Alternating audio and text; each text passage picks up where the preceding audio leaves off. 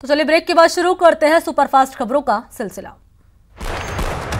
पंचायत चुनाव के पहले चरण में 947 ग्राम पंचायत के लिए आज मतदान हो रहा है। सुबह 7:30 बजे से वोटिंग शुरू हुई। कोरोना मरीज को भी शर्तों के साथ वोट डालने की अनुमति दी गई। झुंझुनू में भी 100 ग्राम पंचायतों के लिए वोटिंग हो रही है, जहां लोग सोशल डिस्टेंसिंग का पालन करते हुए वोट डाल रहे हैं। शाम 5:30 बजे तक वोटिंग के बाद आज ही मतगणना भी होगी। प्रतापगढ़ के नवगठित धमोतर पंचायत समिति की 30 ग्राम पंचायतों के लिए वोटिंग हो रही है। यहां कुल 96 मतदान केंद्र बनाए गए हैं। सीकर जिले में 26 ग्राम पंचायतों में वोटिंग हो रही है। वोटिंग को लेकर लोगों में खासा उत्साह नजर आ रहा है। वोटिंग के दौरान लोग सोशल डिस्टेंसिंग का भी पालन कर रहे हैं। बारां जिले की अंता पंचायत समिति की 16 ग्राम पंचायतों में सरपंच और पंच पदों के लिए वोटिंग हो रही है, लेकिन परिसीमन से नाराज रूपपुरा और काशीपुरा के लोगों ने वोटिंग का बहिष्कार कर दिया है। अजमेर जिले में आज पंचायत चुनाव के पहले चरण में 24 पंचायतों में वोट डाले जा रहे हैं। जिला निर्वाचन विभाग ने सुरक्षा के पुख्ता इंतजाम किए और हर मतदान केंद्र पर पुलिस जाब्ता तैनात किया गया है। अजमेर ग्रामीण पंचायत समिति के अंतर्गत ग्राम पंचायत कड़ेल और खोरी में मतदान जारी है। कड़ेल में 11 वार्ड पंचों के लिए मतदान हो रहा है, वहीं खोरी के 9 वार्डों में से 5 निर्विरोध निर्वाचित हो चुके हैं और 4 वार्ड पंचों के लिए वोटिंग जारी है। अलवर में 40 ग्राम पंचायतों में सरपंच और पंच पद के लिए वोटिंग जारी है। हर बूथ पर कोरोना गाइडलाइन के अनुसार वोटिंग हो रही है। अलवर के लक्ष्मणगढ़ पंचायत समिति के 21 ग्राम पंचायतों में चुनाव सुबह से शांतिपूर्ण तरीके से जारी है। लक्ष्मणगढ़ क्षेत्र में 9 पंचायत को अति संवेदनशील मानते हुए अतिरिक्त पुलिस फोर्स की तैनाती की गई है।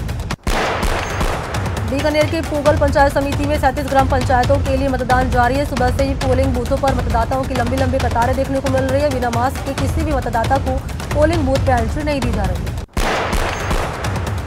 भरतपुर में भी पंचायत चुनाव के लिए वोटिंग हो रही है, लेकिन यहां मतदान केंद्रों पर सोशल डिस्टेंसिंग की जमकर धज्जियां उड़ाई जा रही है। सभी मतदान केंद्रों पर पुलिस तैनात है, लेकिन मूक दर्शक बनी हुई है।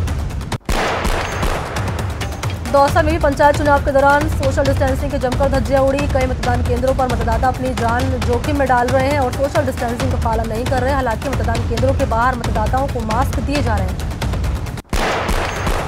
करौली में भी चुनाव के दौरान सोशल डिस्टेंसिंग की धज्जियां उड़ती हुई नजर आई। मतदान केंद्रों पर सुबह से ही मतदाताओं की कतार तो लगी, लेकिन मतदाताओं की भीड़ के बीच सोशल डिस्टेंसिंग कहीं नजर नहीं आई। कई लोग बिना मास्क के भी नजर आए। नागौर जिले की 77 ग्राम पंचायतों में सरपंच और पंच पद के लिए वोटिंग जारी है। मतदान केंद्रों पर पुलिस भी मुस्तैद नजर आ रही है और किसी को भी बिना मास्क के मतदान केंद्र में प्रवेश नहीं दिया जा रहा है। हनुमानगढ़ जिले की संगरिया पंचायत समिति की 26 ग्राम पंचायतों में वोटिंग हो रही है। वोटिंग को लेकर लोगों में जबरदस्त उत्साह है। झुंझुनू में पंचायत चुनाव के तीसरे चरण की वोटिंग के लिए रविवार को नामांकन संपन्न हो गया। नाम वापसी के बाद अब 70 ग्राम पंचायतों के लिए 345 उम्मीदवार मैदान में हैं। ग्राम पंचायत चुनाव 2020 के तीसरे चरण के लिए नामांकन की प्रक्रिया खत्म हो गई। तीसरे चरण में 943 सरपंच और 8061 वार्ड पंचों का चुनाव होगा। 27 सितंबर को नामांकन पत्रों की जांच होगी और इसी दिन नाम वापस लेने की प्रक्रिया भी शुरू हो जाएगी।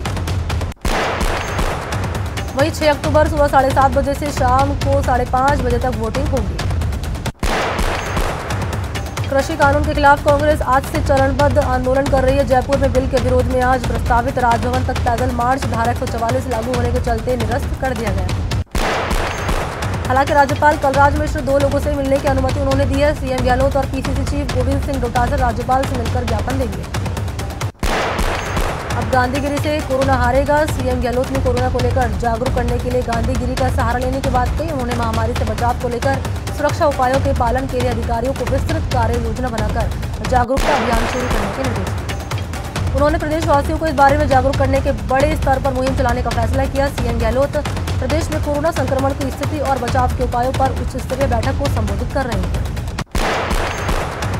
उन्होंने कहा कि महामारी विशेषज्ञों और चिकित्सकों द्वारा मास्क पहनने और उचित दूरी जैसे उपायों को संक्रमण से बचाव का कारगर तरीका बताए जाने के बावजूद आम लोग इसके प्रति लापरवाह हैं। ऐसे में राज्य सरकार कई संस्थाओं, संगठनों और जनप्रतिनिधियों आदि के सहयोग से अभियान शुरू कर लोगों को जागरूक करेगी। सीएम ने कहा कि कोरोना के खिलाफ जागरूकता के इस जन आंदोलन में शामिल कार्यकर्ता सार्वजनिक जगहों पर बिना मास्क पहने लोगों को अपनी तरफ से मास्क बांटकर इसे पहने रखने की अपील करेंगे। उन्होंने कहा कि राज्य सरकार ये सुनिश्चित करेगी कि प्रदेश में कोई भी व्यक्ति बाजार, कार्यस्थल, सार्वजनिक परिवहन समेत भीड़ भाड़ वाली जगहों पर बिना मास्क न रहे। साथ ही उन्होंने गांधीगिरी से लोगों को जागरूक करने की अपील की।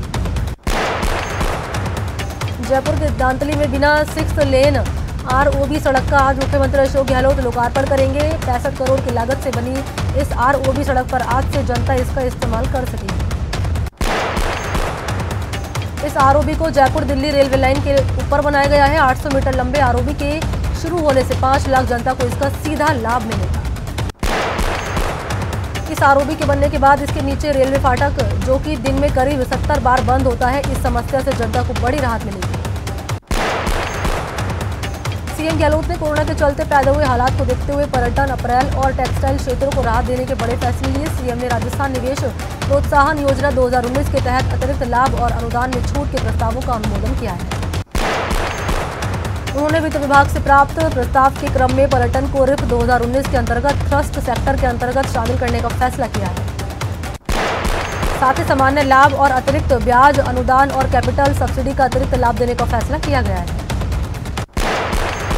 कोटा में IIIT के निर्माण का रास्ता साफ हो गया। सीएम अशोक गहलोत ने कोटा में IIIT के निर्माण के लिए राज्यांश की राशि के रूप में 7 करोड़ 46 लाख रुपए का अतिरिक्त प्रावधान की मंजूरी दी है।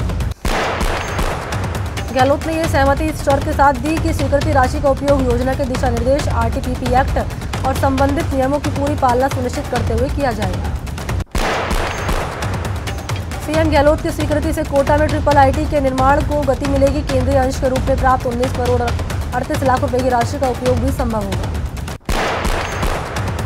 डूंगरपुर के बाद अब उदयपुर में हालात बिगड़ गए। केंद्र ने रैपिड एक्शन फोर्स की 2 कंपनी हिंसाग्रस्त इलाके के लिए भेजी। वहीं प्रदेश के DGP ने बाहरी लोगों को इस हिंसा के लिए जिम्मेदार ठहराया है। वहीं डूंगरपुर में शांति वार्ता के बीच एक बार फिर ऋषभदेव पहाड़ी में बवाल शुरू हो गया। हालांकि स्थानीय लोग पुलिस प्रशासन के साथ उपद्रवियों को रोकने की कोशिश कर रहे हैं। दोनों ओर से पत्थरबाजी भी हुई। टोंक में अज्ञात वाहन की टक्कर से बाइक सवार की मौत हो गई। यह हादसा मालपुरा थाना इलाके के मेहरू गांव के पास हुआ।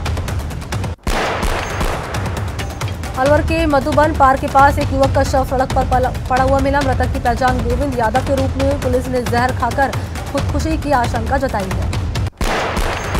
भरतपुर के बैसौरा में 2 पक्षों में मामूली विवाद को लेकर फायरिंग और पथराव हुआ। इस दौरान 2 लोग घायल हो गए। घटना के बाद मौके पर पहुंची पुलिस ने घायलों को अस्पताल में भर्ती कराया, जहां पुलिस मामले की जांच में जुटी है।